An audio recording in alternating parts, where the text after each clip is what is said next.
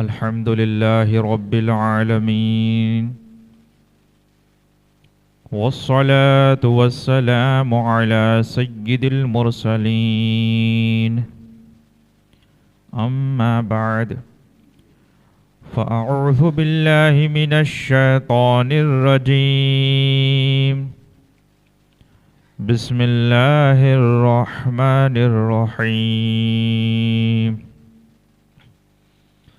واتبع السبيل من أناب إلي آمنت بالله صدق الله مولانا العظيم إن الله وملائكته يصلون على النبي يا أيها الذين آمنوا صلوا عليه وسلموا تسليما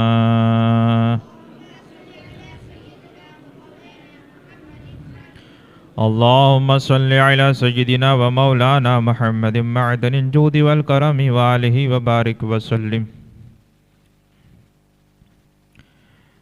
تیرے غلاموں کا نقش قدم ہے راہ خدا، تیرے غلاموں کا نقش قدم ہے راہ خدا، وہ کیا بہک سکے جو یہ سراغ لے کے چلے۔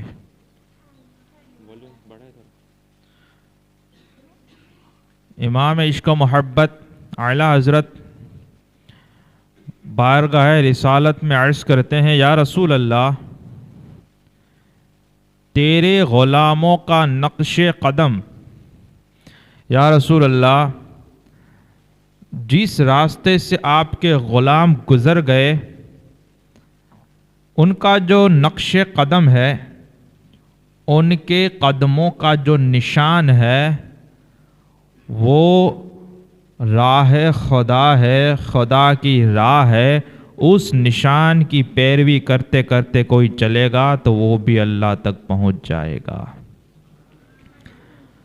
آگے فرماتے ہیں، وہ کیا بہک سکے، طرح طرح کے فتنے اور طرح طرح کے فرقے اور طرح طرح کے لوگ، طرح طرح کی باتیں کرنے والے، گمراہ کرنے والے تو ہیں، لیکن اگر کوئی یہ اللہ والوں کا جو نقش قدم آپ سمجھ سکتے ہو، جب آدمی چلتا ہے یا کوئی بھی چیز گزرتی ہے تو اس کے جو نشانات ہیں قدموں کے وہ اٹھ جاتے ہیں، اس کو نقش قدم کہتے ہیں۔ اور آپ نے یہ بھی دیکھا ہوگا کہ جہاں پہ کوئی کچھ کرائم ہوتا ہے یا ایسی کوئی بات ہوتی ہے تو آپ نے ایک لفظ سنا ہوگا، سراغ۔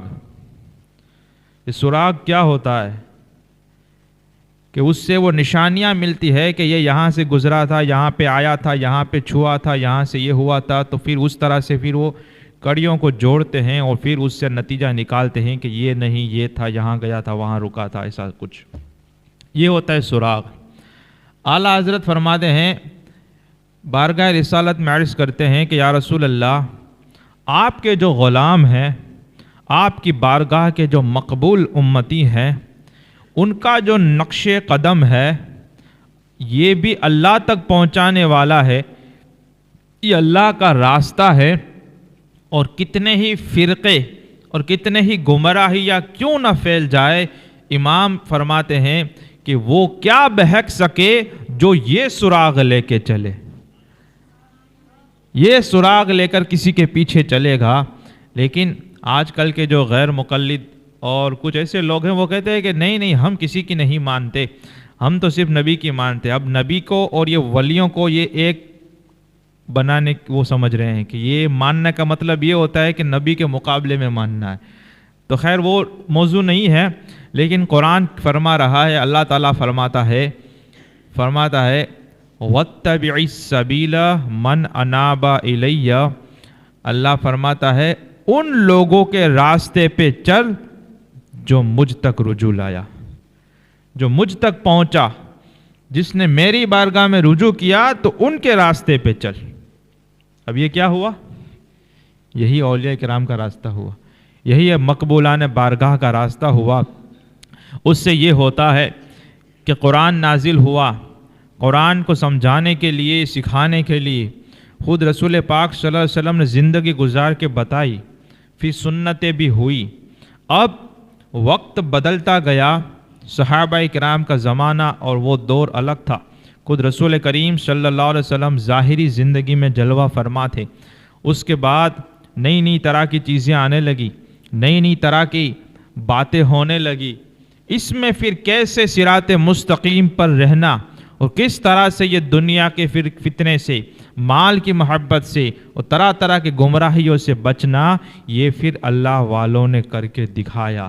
اب بھی آج بھی اگر کسی کو بچنا ہے تو اس کا راستہ یہی ہے، یہ اولیاء کرام کا جو راستہ ہے، اسی کے راستے پر اگر ہم چلیں گے، اسی کو سمجھیں گے، تبھی ہمارا بھی کام بنے گا، ورنہ ایسا ہوگا کہ جتنے منہ اتنی باتیں۔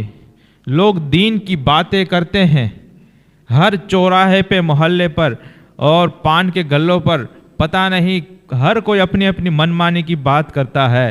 اب کس کو تم صحیح کہو گے، کس کو غلط کہو گے، سمجھ میں ہی نہیں آتا۔ طرح طرح کے لوگ یہ طرح طرح کی باتیں کرتے ہیں، لیکن اگر وہ سمجھنا ہے تو اس کو آپ ایک اس مثال سے آپ سمجھیں کہ ایک شخص ہے، وہ کہتا ہے کہ مجھے میرے باپ سے بہت ہی محبت ہے، بہت محبت ہے، بہت محبت ہے۔ اب یہ ہوا دعویٰ۔ آپ اس کو پوچھو تمہارے والد سے محبت ہے؟ بہت، سب سے بڑھ کر محبت ہے، اس کے لیے میں کچھ بھی کر سکتا ہوں۔ اچھا، اس کو پوچھو تمہارے والد کو کھانے میں کیا پسند ہے؟ بولے نہیں خبر۔ اس کو پوچھو کیا پسند نہیں ہے کھانے میں؟ بولے وہ بھی نہیں خبر۔ تو تمہارے باپ کو بولے پہننے میں کیا اچھا لگتا ہے؟ بولے نہیں معلوم۔ تو بولے کیا وہ اچھا نہیں لگتا پہننے میں؟ بولے وہ بھی نہیں پتا۔ اچھا تمہارے والد صبح اٹھتے کتنے بجے ہیں؟ بولے نہیں خبر۔ تمہارے والد کام کاج کیا کرتے ہیں 24 گھنٹے پورے دن رات؟ بولے نہیں خبر، لیکن محبت ہے۔ تو وہ بولے فرماتے کیا ہے تمہارے والد؟ نہیں خبر۔ کس سے روک رہے ہیں؟ نہیں خبر۔ آپ کہیں گے کیسی محبت کر رہے تو؟ کچھ پتہ ہی نہیں تیرے باپ کے بارے میں؟ تو پھر محبت کا نام صرف بولنے سے زبان کا نام نہیں ہے۔ اگر سچی محبت ہوتی تو وہ ایک ایک بات کو جاننے کی کوشش کرتا کہ میرے باپ کو کیا پسند ہے، کیا نہیں پسند، وہ کیا کھاتا ہے، کب کھاتا ہے، کیسے کھاتا ہے، کیا نہیں کھاتا۔ ایسا ہوتا ہے کہ نہیں ہوتا ہے؟ ہمارے گھر کے سبھیوں میں سے والد تو والد ہوتے ہیں، والدہ تو والدہ ہوتے ہیں، لیکن ہمارے بچوں میں سے بھی، ہمارے بچیوں میں سے بھی، اگرچہ چھوٹے ہوں یا بڑے ہوں، جب ہمیں خبر ہو پڑ جاتی ہے کہ ان کو فلاں فلاں چیز پسند آتی ہے، ہم جب بازار میں جاتے ہیں تو کبھی نہ کبھی ضرور وہ چیزیں لایا کرتے۔ کبھی کبھی ایسا ہوتا ہے کہ کوئی چیز ہمارے شہر میں نہیں ملتی، دوسرے شہروں میں ملتی ہے، کوئی چیز احمد آباد ملتی ہے، کبھی کوئی دہلی میں، کبھی کوئی ممبئی میں، لیکن ہمیں پتہ چلتا ہے کہ ہمارا بچہ چھوٹا، ماں اور باپ تو بلند مقام ہے، ان کا بھی کسی کا بھی پتہ چلے، لیکن اگر بچے کے بارے میں بھی پتہ چلتا ہے کہ ان کو فلاں شہر کی فلاں چیز وہ مٹھائی پسند ہے، ہم وہاں پہ جاتے ہیں، اپنے لیے کچھ خریدے کہ نہ خریدیں، اس کے لیے ضرور خریدتے ہیں۔ خریدتے ہیں کہ نہیں خریدتے؟ یہ حقیقت ہے کہ نہیں ہے؟ کیوں؟ کیونکہ محبت ہے۔ اب بچے نے کہا نہیں کہ یہ لاؤ، ماں نے کہا نہیں کہ یہ لیتے آنا، اور بچوں کی امی نے بھی نہیں کہا کہ فلاں فلاں چیز لے کر آنا، لیکن ہمیں کسی طرح سے خبر پڑ گئی کہ اس کو فلاں کپڑا اچھا لگتا ہے، فلاں کھانے کی چیز اچھی لگتی ہے، یا فلاں فلاں بات اچھی لگتی ہے، تو ہم اس کی محبت میں اس کو راضی کرنے کے لیے خود سے ہی، فتوے پوچھنے کی بھی ضرورت نہیں پڑتی، ہم خود سے ہی کوشش کرتے ہیں کہ یہ لے جائیں گے۔ سرپرائز کے طور پہ کبھی پیش کرتے ہیں کہ دیکھو اب کیا یہ والد صاحب لائیں، دیکھو یہ کیا لایا ہوں، کیونکہ وہ راضی ہو جائیں، کیونکہ ان کو وہ بات پسند ہے۔ لیکن ایک شخص کہتا ہے کہ مجھے محبت ہے، لیکن ان کے بارے میں مجھے کچھ پتہ ہی نہیں، کب سوتے ہیں، کب اٹھتے ہیں، کیا کہتے ہیں، کیا نہیں کہتے، تو آپ کیا کہیں گے؟ بھئی تیری محبت کا کچھ علاج کر، ایسی بھی تو کوئی محبت ہوتی ہے۔ تو اب ان سے یہ بھی یہاں پہ ہمیں یہی سمجھنا ہے کہ رسول پاک صلی اللہ علیہ وسلم سے تو ویسے محبت کے بغیر ایمان ہی نہیں ہوگا، لیکن وہ جو اوپر کی محبت ہوتی ہے، جیسے غریب نواز کے تعلق سے ہر کوئی کہے گا کہ ہاں ہمیں تو غریب نواز سے محبت ہے، غریب نواز سے پیار ہے، لیکن غریب نواز کے بارے میں جانتے کیا ہو؟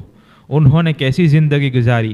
نہیں خبر۔ انہوں نے کیا فرمایا؟ نہیں خبر۔ انہوں نے کس کام کے بارے میں حکم دیا؟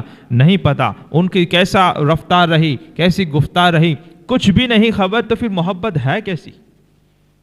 تو پھر اس کو کہتے ہیں نام کی محبت، کہ زبان سے دعویٰ ہوتا ہے لیکن دلیل کے طور پر کچھ بھی نہیں ہوتا۔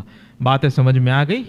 اسی لیے ہمیں ان محفلوں میں یہ سب سمجھنا چاہیے، یہ سننا چاہیے کہ ہم غریب نواز سے بے شک محبت کی بات کرتے ہیں، تو پھر وہ کیسے تھے، ان کی زندگیاں کیسی تھی، ان کی سوچ کیسی تھی، یہ یاد رکھنا۔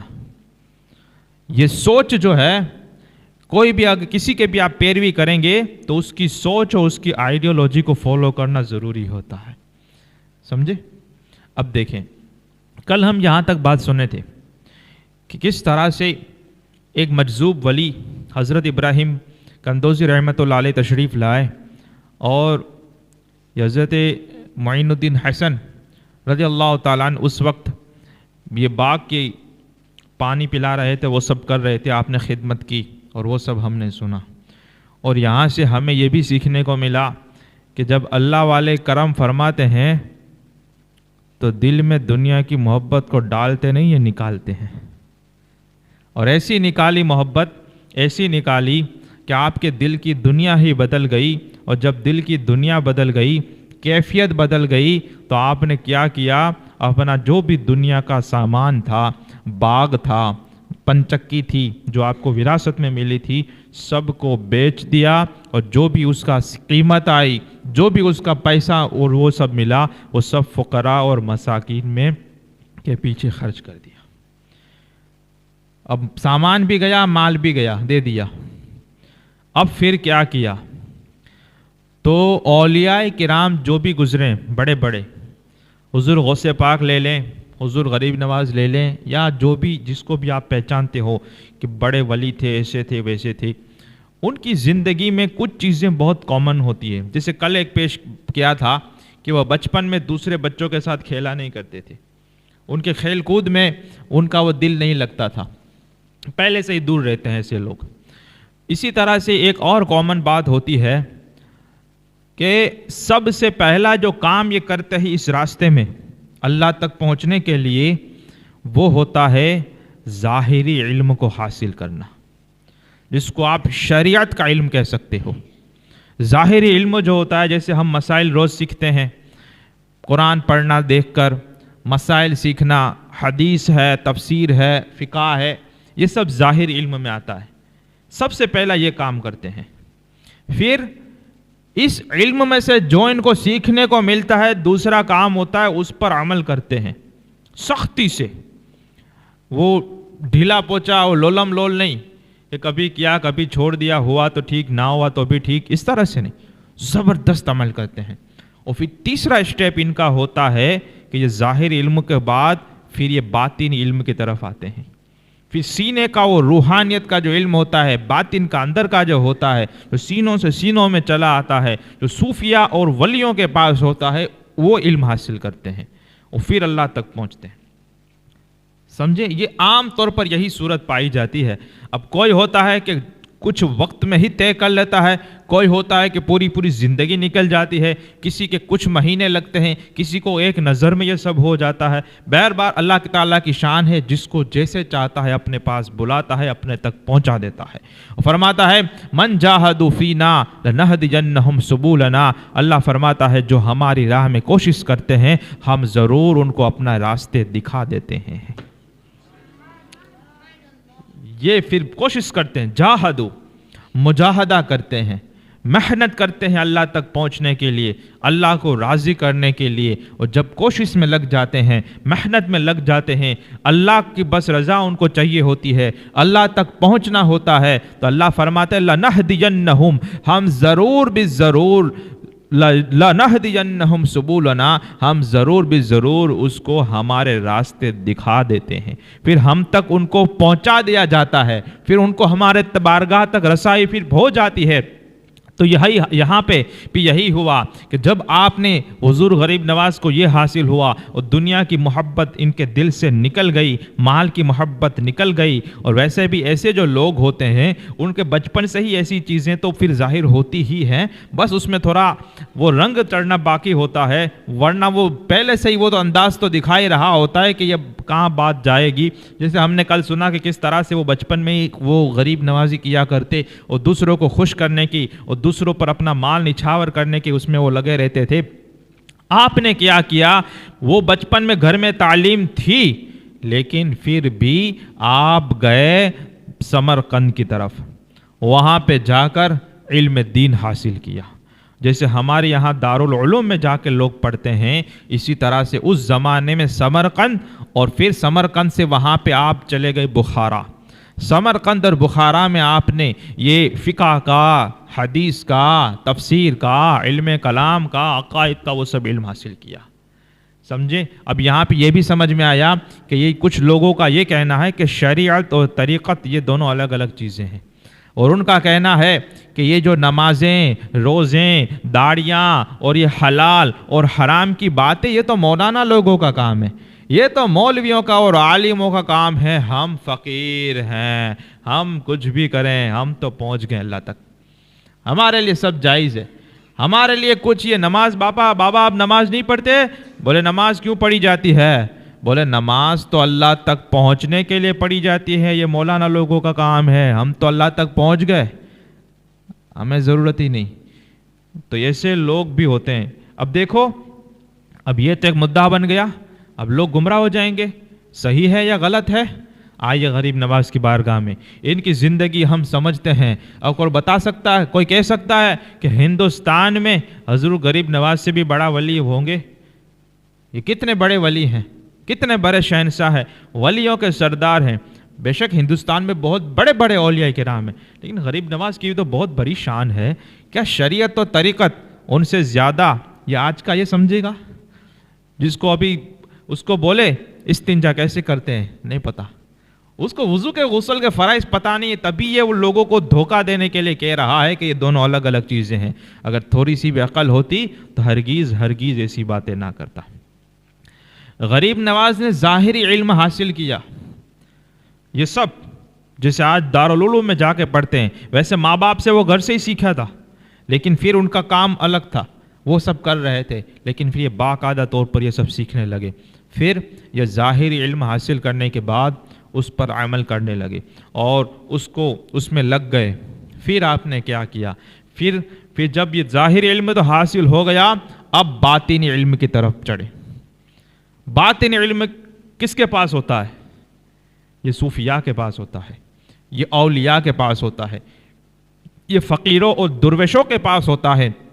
معین الدین حسن سنجری رحمت اللہ تعالی علیہ کا یہ معمول تھا کہ آپ چلتے اور اس وقت بڑے بڑے صوفیاء، کوئی بصرہ میں ہے، کوئی بغداد میں ہے، کوئی مکہ مکرمہ میں ہے، کوئی مدینہ منورہ میں ہے، آپ جاتے وہاں پہ جا کر اس کی بارگاہ میں ٹھہرتے، اور جتنا دن، کہیں پہ 4 دن رہے تو کہیں پہ 4 ماہ ٹھہرے، وہاں سے فیض حاصل کرتے، وہاں سے وہ باطن کی باتیں سیکھتے۔ ظاہر والے تو مسئلے مسائل اور وہ سب حدیث تو جان ہی چکے تھے، اب جو معرفت کی باتیں ہوتی تھی، حقیقت و طریقت کی باتیں ہوتی تھی، وہ سیکھتے، وہ سمجھتے، وہ آخرت کی تیاری میں لگتے، اور وہ کرتے کرتے پھر اب اللہ تک پہنچانے کے لیے اللہ والا بھی تو چاہیے، اللہ والا کا دامن پکڑنا اور اللہ والے کے ہاتھ میں ہاتھ دینا، یہ بھی تو ضروری ہے کہ وہ اللہ تک پہنچ گئے، اب پہنچا دے۔ تو پھر پہنچاتے یہ اس وقت یہ ہارون،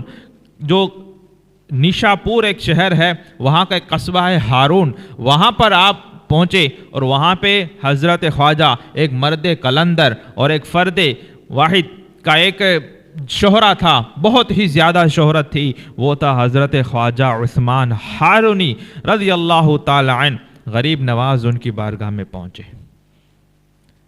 اب یہ سلطان الہند عطائے رسول اپنے پیر و مرشد کی بارگاہ میں مرید ہونے کے لیے پہنچے، اور کیا ہوا، کیسے مرید بنایا اور کیا کرایا، یہ ابھی ہم سنتے ہیں غریب نواز ہی کی زبانی، سنیں گے؟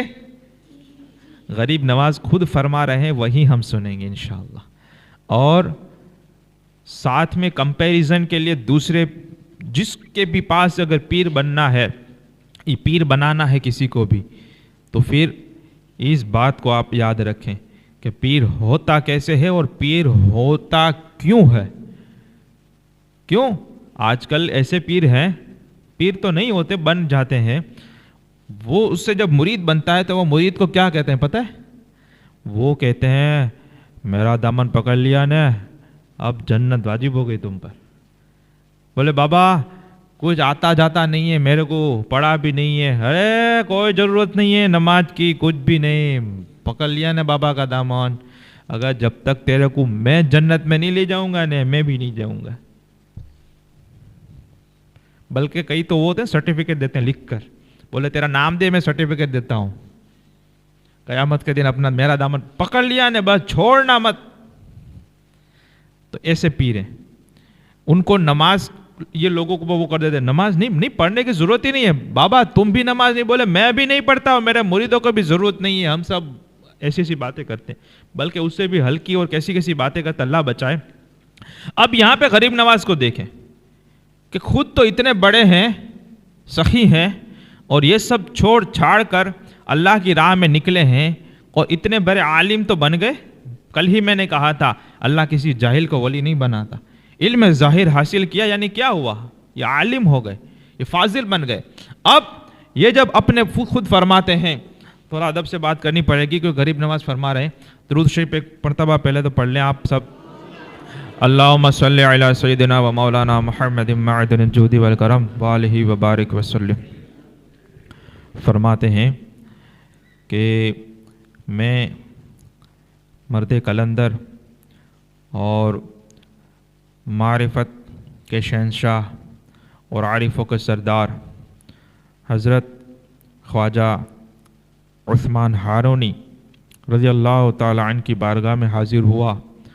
بڑے بڑے مشائخ کرام اور عزت والے لوگ وہاں پہ موجود تھے. میں ان کی بارگاہ میں پہنچا اور ان کی جو سرزمین تھی وہاں پہ میں وہ ادب سے کھڑا رہا.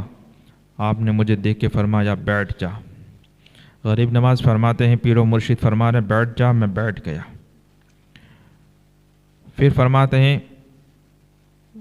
کہ مجھے کہا عثمان ہارونی رضی اللہ تعالیٰ عنہ نے 2 رکعت نفل نماز پڑھ. غریب نواز فرماتے ہیں میں نے 2 رکعت نفل نماز پڑھی.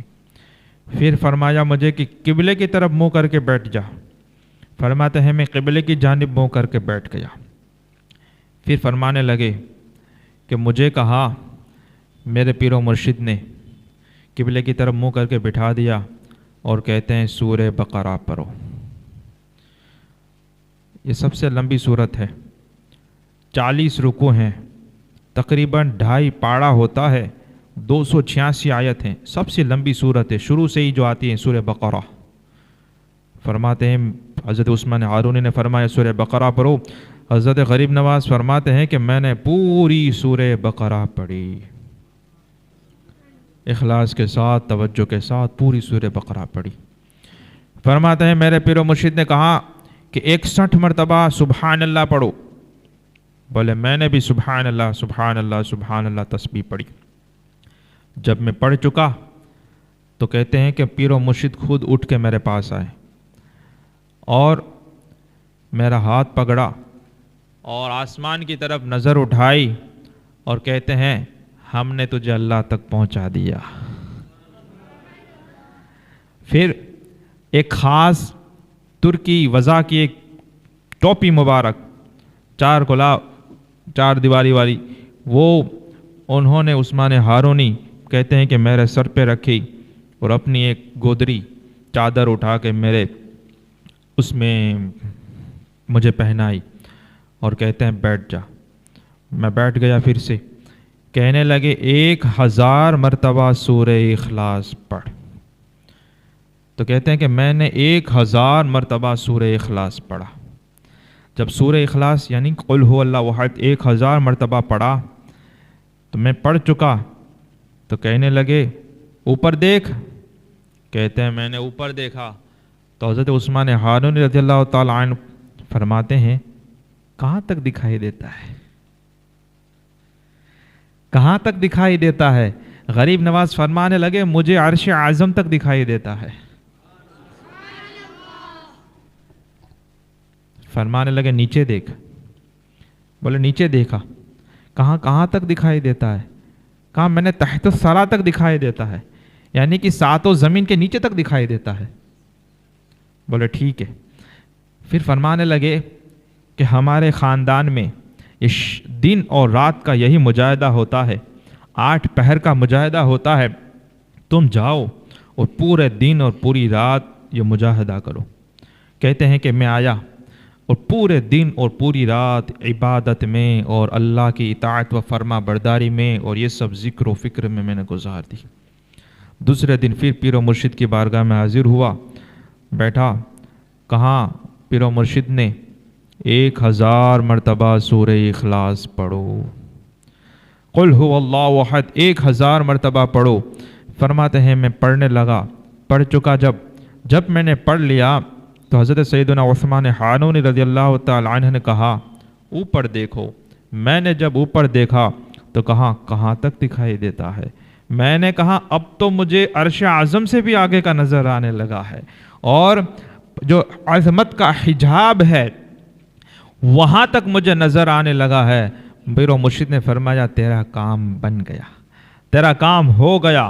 پھر کہنے لگے کہ مجھے کہاں آنکھیں بند کرو، میں نے آنکھیں بند کی، بولے پھر کہاں کھولو، میں نے آنکھیں کھولی تو حضرت عثمان ہارون نے اپنی 2 انگلیاں میرے سامنے رکھی اور فرمایا اب تجھے کیا نظر آتا ہے؟ بولے مجھے 18,000 عالم نظر آ رہے ہیں۔ جیسے ہماری ایک دنیا ہے ایسی 18,000 مخلوقات مجھے نظر آ رہی ہے۔ غریب نواز فرماتے ہیں حضرت شیخ عثمان ہارونی نے فرمایا کہ یہ تیرا کام سنور گیا، تیرا کام مقصد تیرا حاصل ہو گیا۔ تو آپ دیکھ رہے ہیں 2 رکعت نفل نماز پڑھا رہے ہیں اور یہاں پہ بابا کہتا ہے کہ فرض کی بھی ضرورت نہیں ہے۔ یہ تو کافر ہو جائے گا نا، فرض کا کوئی انکار کرے تو۔ نماز فرض ہے، اگر کوئی کہتا ہے کہ نماز فرض نہیں یا روزے فرض نہیں تو یہ کافر ہو جائے گا، فرضیت کا انکار کرے گا۔ یہ سب بول رہا ہے اور لوگ اس کو ولی مان رہے ہیں۔ یہ ولی نہیں ہے، یہ ولی تو ویسے ہے، یہ ولی اللہ نہیں ہے۔ ولی کا مطلب ہوتا ہے دوست۔ ولی اللہ یعنی اللہ کا ولی نہیں ہے، اللہ کا دوست نہیں ہے، ولی الشیطان ہے، شیطان کا دوست ہے۔ یہ شیطان ہی بیٹھا ہوا ہے، بس دکھ رہا ہے انسانی شکل میں، جو ہمیں شریعت کے خلاف اور شریعت کی بغاوت سکھا رہا ہے۔ یہاں پہ غریب نواز سورہ بقرہ پوری پڑھ چکے، یہاں پہ تو پیر کو بھی نہیں آتی سورہ بقرہ منہ پر، وہ بھی انگوٹھا چھاپ ہے۔ یہ ولی ہوتا ہے؟ یہاں پہ سورہ بقرہ پڑھ رہے ہیں، دیکھو تو صحیح، غریب نواز حافظ قرآن ہے، اور پھر 1000 مرتبہ سورہ اخلاص۔ سورہ بقرہ تو لمبی سورت ہے نا، سورہ اخلاص قل هو اللہ احد کوئی مخارج سے سنا سکتا ہے؟ یہاں پیر اور مرید دونوں نہیں سنا سکتے، اور جب خود آتا نہیں تو پھر اپنا بچاؤ کے لیے کہتا ہے کہ اب ضرورت ہی نہیں ہے۔ ارے ضرورت تو ہے، تجھے نہیں آتا۔ تو بات سمجھ میں آ رہی ہے؟ اور یہ مجاہدہ کرنے کا بولا حضرت عثمان ہارونی نے، کیا ان کو بیان فرمایا؟ یہ نہیں کہا کہ معین الدین تو نے میرا مرید ہو گیا، اب تیرے کو کوئی ضرورت ہی نہیں ہے، اب جلسہ کرو، جو من میں آئے کھاؤ، چرس پیو، بھنگ پیو، شراب پیو، جوا کھیلو، بیاج کھاؤ، عورتوں کے ساتھ ڈانس کرو، ناچو گاؤ، جو من میں آئے کرو، تم تو اب طریقت والے ہو گئے، میرا دامن پکڑ لیا، اب تو بچا لوں گا میں تمہیں۔ نہیں نہیں نہیں، بولے مجاہدہ کرو، محنت کرو، اللہ کی راہ میں محنت کرو۔ محنت سے مطلب وہ نہیں کہ دھندے پانی میں دھیان دو، محنت کرو اللہ کی راہ میں، مجاہدہ کرو، اللہ کی اطاعت و فرما برداری کرو کہ گناہ کبیرہ تو ہونا ہی نہیں، گناہ صغیرہ بھی نہیں ہونا، بلکہ شک اور شبہ والی چیز ہو اس سے بھی بچنا ہے۔ اور فرض کی پابندی تو ہر مسلمان پہ لازم، واجب کی پابندی ہر مسلمان پہ واجب، بلکہ سنتوں کی تو پابندی کرنی ہے، بلکہ جب ولایت کی طرف طریقت کے راہوں پہ چلنا ہے تو مستحب کو بھی نہیں چھوڑنا۔ آئی بات آپ کو سمجھ میں؟ یہ ہے تعلیمات. اور پھر کیا ہوا؟ پھر آپ ان کے ساتھ رہے، حضرت اپنے پیر و مرشد کے ساتھ، اور ان کے ساتھ مختلف مقامات پہ سفر کرتے رہے، اور مختلف مشائخ کرام کی بارگاہ میں آپ کی حاضری ہوتی رہی. اسی طرح سے آپ کوہ جودی پہاڑ پہ حضرت غوث سمدانی، محبوب سبحانی، شہباز لامکانی، پیر لاسانی، غوث الثقلین، غیث القونین، حضرت سلطان شیخ سید محی الدین ابو محمد عبد القادر حسنی حسینی جیلانی رضی اللہ تعالیٰ عنہ سے بھی آپ کی ملاقات ہوئی. وہاں سے بھی آپ 5 مہینہ 7 دن رہے، اور وہاں سے بھی فیض حاصل کیا. حضور غوث پاک کی بارگاہ سے بھی فیض حاصل کیا آپ نے. پھر سب سے پہلے سنجان میں آپ کی ملاقات ہوئی شیخ نجم الدین کبرا رضی اللہ تعالیٰ عنہ، وہاں سے بھی غریب نواز نے فیض حاصل فرمایا. پھر ملاقات ہمدان میں گئے، ہمدان میں شیخ ابو یوسف ہمدانی اور دوسرے بزرگان دین کی بارگاہ میں بھی آپ رہے، اور وہاں سے بھی فیض حاصل کیا. اور اس طرح سے مختلف مقامات پر آپ چلتے رہے، اور سیر و سیاحت کو اختیار فرمایا، سفر کو اختیار فرمایا. جہاں جہاں بزرگان دین ہوتے، جہاں جہاں اللہ کے ولی ہوتے، جہاں پہ صوفیہ ہوتے، وہاں کی بارگاہ میں تشریف لے جاتے، وہاں سے وہ سیکھتے، وہاں پہ معرفت کی باتیں حاصل ہوتی، وہاں پہ روحانیت اور فیض حاصل ہوتا. اور کیا کیا سیکھتے، چلو وہ بھی 2-3 واقعہ سن لیتے ہیں. سننا ہے نا، غریب نواز خود فرما رہے ہیں کہ ان کے ساتھ کیا کیا واقعات آئے. وہ فرماتے ہیں کہ ایک مرتبہ ایسا ہوا، کہتے ہیں کہ کرمانی وحید الدین کرمانی رضی اللہ تعالیٰ عنہ کے ساتھ میں گزرا ایک جگہ سے، تو ایک شخص کو دیکھا، ایک بزرگ بوڑھے ایسے تھے کہ ان کے جسم پر گوشت پوست ہی نہیں تھا. میں نے قریب جا کر دیکھا، ان کو سلام کیا، گویا روح ہی روح تھی. گوشت بوٹی نہیں، پوست چمڑی بھی نہیں، ہڈی بھی نہیں، کچھ بھی نہیں، اتنا. اور بہت ہی کم بولتے تھے اور ہنستے بھی نہیں تھے. تو میں حضور غریب نواز فرماتے ہیں کہ میں ان کی بارگاہ میں گیا، سلام کیا، تو یہ حال تھا. تو مجھے تعجب ہوا کہ یہ شخص کا یہ حال کیسے ہو گیا، یہ جسم پہ گوشت ہی نہیں رہا اور ایسے یہ بن گئے، کیا واقعہ رہا ہوگا. اور میرے دل میں خیال آیا کہ میں ان سے پوچھوں کہ حضرت کیا معاملہ ہے. لیکن یہ اللہ والے بھی روشن ضمیر ہوتے ہیں، دلوں کی باتوں کو جان لیتے ہیں. کہتے ہیں کہ میرے دل میں خیال تھا، لیکن انہوں نے پہچان لیا. وہ کہنے لگے کہ بہت پہلے کی بات ہے، برسوں گزر گئے. ایک مرتبہ بولے ایسا ہوا کہ میں اپنے دوست کے ساتھ قبرستان کے پاس سے گزرا. وہاں پہ ایک قبر کے پاس ہم رکے دونوں، میں اور میرا دوست، اور کسی بات پر مجھے ہنسی آ گئی اور میں ہنسنے لگا، کہا لگا. یہ وہ بزرگ کہہ رہے ہیں جس کے گوشت پوست کچھ نہیں رہا تھا. دیکھو یہ حضور غریب نواز جاتے تھے تو یہ کیا جاتے تھے اور کیا سیکھتے تھے، میں بتا رہا ہوں. جب کہتے ہیں طریقت اور شریعت، طریقت تو طریقت والے کیسے ہوتے ہیں، میں آپ کو وہ بتا رہا ہوں کہ شریعت والے تو صرف یہی کہتے ہیں کہ نماز فرض ہے اور ایسے نماز ہوگی، ایسی نہیں ہوگی. تو یہ لولا لپنگا کہتا ہے کہ ایسا کچھ نہیں ہوتا ہے، بس اللہ قبول. اب دیکھو طریقت اور معرفت والے کا حال کیا ہے. کہتے ہیں کہ وہ قبر کے پاس میں مجھے ہنسی آ گئی کسی بات پر، میں ہنسنے لگا، کہا لگا، آواز سنائی دینے لگی. تو قبر سے آواز آئی کہ جس کی منزل اور جس کا مقام قبر ہو اور جس کا حریف موت کا فرشتہ ہو اور جس کے ہم نشین اور اس کے ساتھ رہنے والے سانپ اور بچھو ہوں، اس کو ہنسی کیسے آ سکتی ہے، وہ ہنس کیسے سکتا ہے. کہتے ہیں وہ آواز میں، وہ غیبی آواز میں ایسی کشش اور ایسا رعب اور ہیبت تھی کہ میرے دل کی دنیا بدل گئی. میں نے دوست کا ہاتھ چھوڑا، اس کو الوداع کہا اور میں نماز میں مشغول ہو گیا. اور ایسا نماز میں مشغول ہوا، آج 40 سال ہو گئے ہیں، میں نے شرم کی وجہ سے آسمان کی طرف نظر اٹھا کے نہیں دیکھی اور میں نے کبھی ہنسا نہیں. مجھے ہنسی نہیں آتی اور مجھے ہر وقت یہی ڈر ہے کہ میں مر کے قبر میں جاؤں گا اور رب کی بارگاہ میں پیشی ہوگی تو میں کیا منہ دکھاؤں گا. یہ ہوتے ہیں اللہ کے ولی. ایسے اللہ کا ولی بنتا ہے. یہ تو دنیا سے تو ان کو کیا لینا دینا ہوتا ہے. اور یہاں پہ بابا صاحب کی نظر ہی مریدوں کی جیب پر ہے. مریدوں کے شادی کرنے کے پیسے نہیں, اسکول کی فیس بھرنے کے پیسے نہیں. وہ پیر صاحب عمرہ پہ عمرہ کر رہے ہیں, سال میں 2-2, 3-3, 4-4, 5-5 مرتبہ یار. 12ویں شریف تو بولے مدینہ میں, رمضان شریف تو بولے مدینہ میں, 11ویں شریف تو بولے بغداد میں, اور محرم شریف تو بولے کربلا میں. بابا کون سا بزنس کر رہے ہیں؟ بولے مرید زندہ باد. اب مرید اس کو باپا کو پالنے کے لیے ٹینشن میں ہے, جبکہ ہونا تو یہ چاہیے کہ پیروں کی زندگیوں کو دیکھ کر لوگ جو دنیا کے پیچھے اور پیسے کے پیچھے بھاگم بھاگی کر رہے ہوں وہ دل سے محبت نکل جائے. غریب نواز کی بات تو سنیں اب, کیسے تھے یہ؟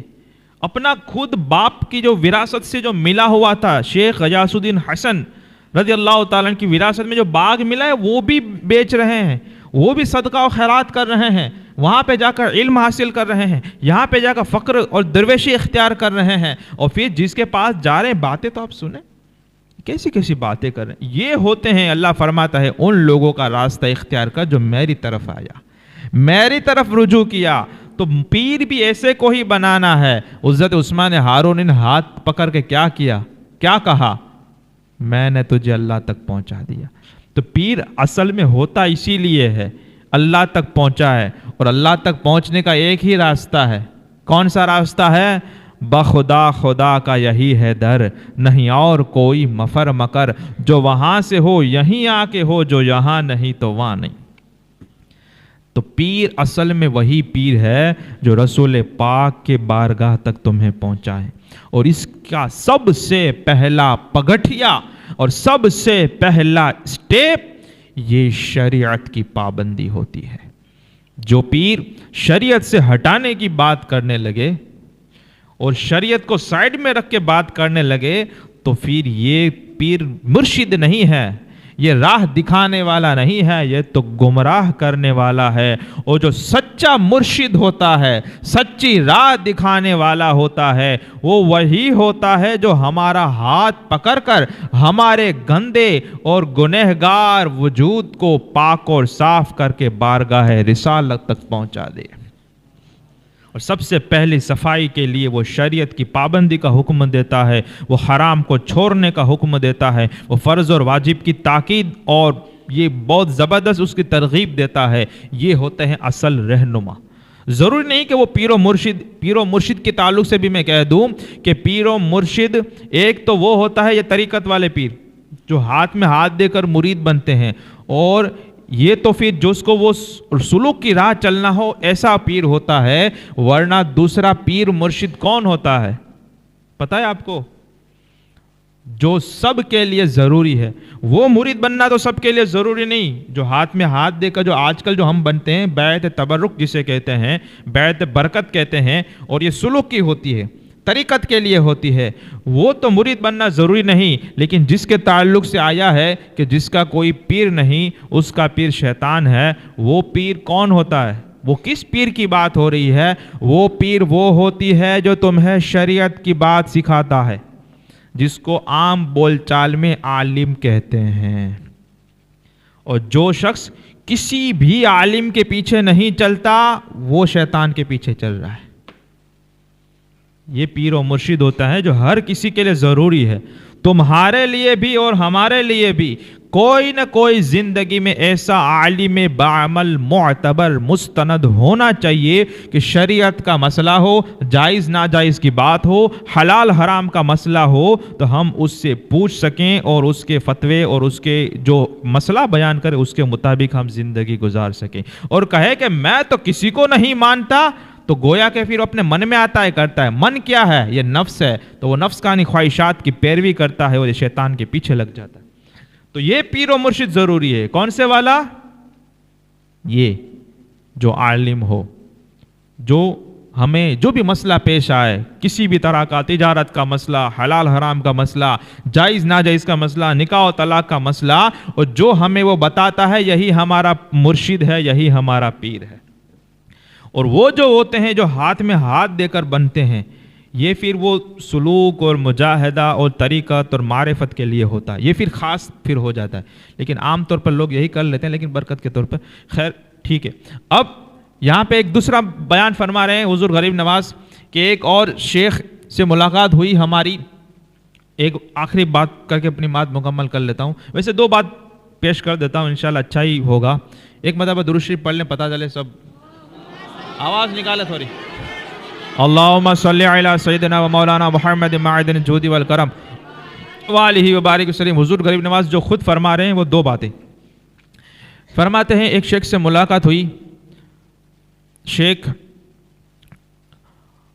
محمد احمد فرماتے ہیں کہ وہ بالکل اس طرح سے تھے کہ وہ رونے لگتے، بہت روتے، اور جو بھی ان کے پاس جاتا وہ غیب کے خزانوں میں سے کچھ نہ کچھ ان کو عطا فرمایا دیا کرتے، اتنے، لیکن خود اتنا روتے، بہت ضعیف تھے، اور وہ جو بھی رخصت ہوتا اسے دعا کرتے کہ دعا کریں کہ میں ایمان کی سلامتی لے کر قبر میں پہنچ جاؤں۔ حضور غریب نواز فرماتے ہیں کہ ہم نے پوچھا کہ کیا واقعہ ہوا اور آپ کی زندگی میں ایسا پریورتن کیسے آیا؟ فرمانے لگے میں ایک شیخ تھے، بزرگ تھے، ان کے ساتھ قبرستان میں تھا، تو انہوں نے وہ جو یہ بیان جو غریب نواز بیان کر رہے ہیں اس شیخ کی بات، اور وہ اپنے جو بزرگ تھے ان کی بات کر رہے ہیں کہ انہوں نے پاس والی قبر کے مردے پر عذاب ہوتے دیکھ لیا۔ یہ کشف ہوتا ہے، وہ دیکھ لیتے ہیں وہ چیزوں کو جو عام طور پر نظر نہیں آتی، اور نہیں آتی اسی میں عافیت بھی ہوتی ہے، بھلائی بھی ہوتی ہے، کیوں کہ ہر کوئی برداشت کر بھی نہیں سکتا ہے۔ تو خیر بولتے ہیں کہ وہ انہوں نے دیکھ لیا، اور جب دیکھ لیا تو وہ چیخ مار کر گر پڑے، اور وہ چیخ مار کے گر پڑے۔ وہ کہتے ہیں کہ میں جب ان کے پاس گیا اور ان کے جسم کو ہلانا چاہا تو پتہ چلا کہ ان کی روح جسم سے نکل گئی تھی، انتقال فرما گئے تھے، وہ دوسرے مردے پر قبر کا عذاب کو دیکھ کر، تو ان کے جسم سے روح نکل گئی اور وہ انتقال فرما گئے۔ اور بولے کچھ ہی دیر میں یہ جو شیخ تھے وہ پانی کی طرح بہہ گئے، پانی کی طرح وہ بہہ گئے۔ تو کہتے ہیں کہ یہ بات نے مجھ پر اتنا اثر کیا، اور میں آپ لوگوں سے وصیت کرتا ہوں، فرمانے لگے کہ اے عزیزو اور دوستو، جس کا مقام اور جس کی منزل قبر ہو، اور ملک الموت اور موت کا فرشتہ جس کا حریف ہو، اور سانپ اور بچھو جس کے دوست اس کو گھیر کے رہنے والے ہوں، اور جس کو اس کوٹھری میں جانا ہو، وہ دنیاوی زندگی سے اور یہ مختصر سی یہ آرام سے وہ کیسے یہ مزے اٹھا سکتا ہے، اور یہاں پہ وہ کیسے انجوائے کر سکتا ہے، وہ کیسے اس طرح سے رہ سکتا ہے۔ اور فرمانے لگے کہ یاد رکھو کہ جو ہمارا کام ہے وہ اللہ کو یاد کرنا ہے، خالق کی یاد ہے۔ اگر تم مخلوق کی طرف توجہ دینے جاؤ گے تو خالق سے تمہارا دھیان ہٹ جائے گا۔ مخلوق میں پیسہ بھی آ گیا، مخلوق میں اولاد بھی آ گئی، مخلوق میں بیوی بچے بھی آ گئے، مخلوق میں دوست احباب بھی آ گیا، مخلوق میں تجارت و دھندا بھی آ گیا۔ اب جتنا اس میں دھیان دینے جاؤ گے اللہ سے تمہاری توجہ ہٹ جائے گی، اور پھر بہت بڑی شرمندگی اٹھانی پڑے گی۔ یاد رکھو، وہ فرمانے لگے اگر تم ایمان سلامت رہ کر قبر میں پہنچ گئے تو یہ تم نے بہت بڑا کام کر لیا اور بہت بڑی کامیابی پائی۔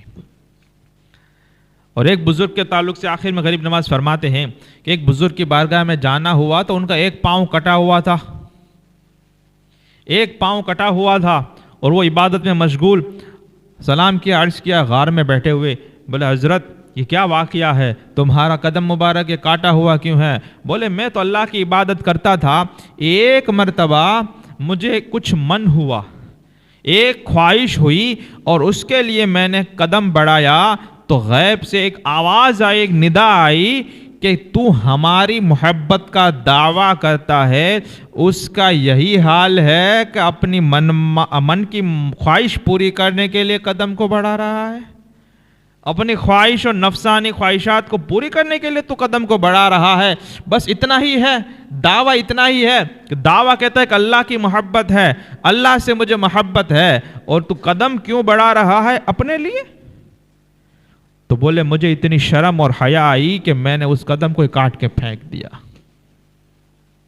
وہ 100 سال کے بزرگ تھے اور کہتے کہ 70 سال ہو گئے اس کو کاٹ کے میں نے پھینک دیا، کہ جو قدم اللہ کی رضا کے علاوہ اپنے نفس کو راضی کرنے کے لیے اور خود کو پسند کرنے کے لیے خود کی پسندگی سے نکلے، پھر اور ایسی شرم بات آئی کہ تو اس طرح سے تیرا عہد کا حال ہے کہ دعویٰ مدعی تو ہماری محبت کا ہے اور قدم کسی اور کے لیے بڑھا رہا ہے، تو میں نے اس قدم کو کاٹ کے پھینک دیا۔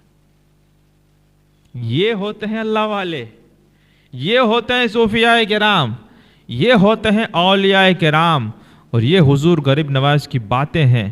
اب یہ تو تب کی باتیں ہیں جب آپ سیر و سیاحت کر رہے تھے، پھر آپ سفر حج میں بھی اپنے پیر و مرشد کے ساتھ گئے، وہاں پہ کیا ہوا، مدینہ منورہ میں گئے، وہاں پہ کیا ہوا، اور ہندوستان کا شہنشاہ کیسے بنایا گیا، وہ بھی انشاءاللہ ہم آئندہ سنیں گے۔ آپ ضرور شرکت کریں، دوسروں کو بھی لائیں۔ اللہ تعالیٰ مجھے اور آپ کو عمل کی توفیق عطا فرمائے، اور ہماری ان ٹوٹے پھوٹے کلمات اور یہ چھوٹی موٹی ٹوٹی پھوٹی کوششوں کو اللہ تعالیٰ اپنی بارگاہ میں قبول فرمائے، اور جو غلطیاں اور کوتاہیاں اللہ تعالیٰ اسے معاف فرمائے۔ السلام علیکم ورحمۃ اللہ وبرکاتہ۔